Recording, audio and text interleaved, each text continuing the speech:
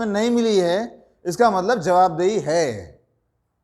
जब कोई चीज विरासत में मिलती है तो किसी के प्रति कोई जवाबदेही नहीं। समझ रहे हैं ना? आपके पास एक अच्छा खासा बैंक बैलेंस है, आपके बाप कमा के रख गए, आप अच्छे से कंज्यूम कर रहे हैं, उपभोग कर रहे हैं, महंगी महंगी गाड़ियां खरीद रहे हैं, लग्जरी आइटम खरीद रहे हैं।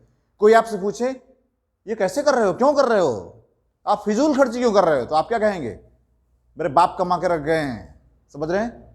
मैं जैसे चाहूं वैसे उपभोग करूं, यही ना विरासत का मतलब, ये जैसे चाहूं वैसे उपभोग करूं, किसी के प्रति कोई जवाबदेही नहीं, किसी की बात नहीं सुनूंगा। क्लियर? विरासत का मतलब ये होता है। लेकिन कहा जा रहा है कि हमें अपने पिता से पृथ्वी विरासत में नहीं मिली है। समझ रहे हैं? इसका मतलब ऐसा नहीं कह सकते कि जो ये लैंड है, हमारी जमीन है, ये हमारे बाप कमा के दे गए थे, इसलिए जैसी मर्जी वैसा उपभोग करेंगे। नहीं, हमें इस तरह उपभोग करना है जैसे कि हमने इसे अपने बच्चों से उधार लिया है। उधार का मतलब क्या? जिससे उधार लेते हैं उसके प्रति जवाबदेही होती है। जवाबदेही क्या? वापस करना है। और ध्यान रहे, जैसे लिया था वैसे ही वापस करना है। समझ रहे हैं? जितना लिया था उतना ही वापस करना है। और ध्यान रहे, उधार में इंटरेस्ट भी होता है। समझ रहे हैं? ब्याज भी होता है उधार का मतलब। तो यहां पर कहने का मतलब यह है कि हमें अपनी इस पृथ्वी का, प्राकृतिक संपदा का, प्राकृतिक संसाधनों का उपभोग इस तरह से करना है कि आने वाली पीढ़ी के लिए संसाधन कम ना पड़े, आने वाली पीढ़ी के लिए पृथ्वी रहने योग्य रहे, इसे इतना प्रदूषित ना करें, अंधाधुंध खनन न करें। समझ रहे हैं?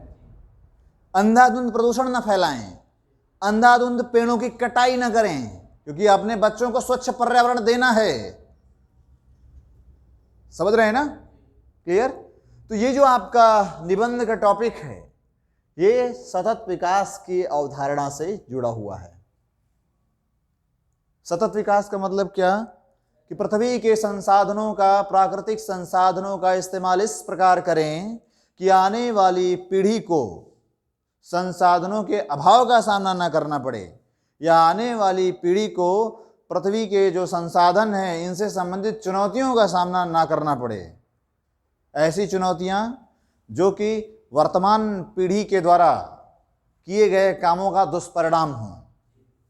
समझ गए ना? कि इस पृथ्वी का, इस पर्यावरण का इस्तेमाल इस प्रकार करना है जैसे कि हमने बच्चों से अपने उधार लिया है, विद इंटरेस्ट वापस करना है। मतलब बच्चों का भविष्य अच्छा हो, बच्चों के लिए अच्छा पर्यावरण हो। समझ रहे हैं? स्वच्छ वायु हो, स्वच्छ जल हो। आज हम जिस तरह भूमि जल का प्रदूषण कर रहे हैं, नदियों को प्रदूषित कर रहे हैं, आप देख रहे हैं, आप पानी खरीद कर पी रहे हैं, 20 रुपए लीटर, 50 रुपए लीटर, इस तरह विभिन्न प्रकार की कंपनियां पानी बेच रही हैं। तो आने वाली पीढ़ी के लिए आप क्या छोड़ के जाएंगे, ये समझ की अपेक्षा आपसे इस निबंध के टॉपिक पे की जा रही है।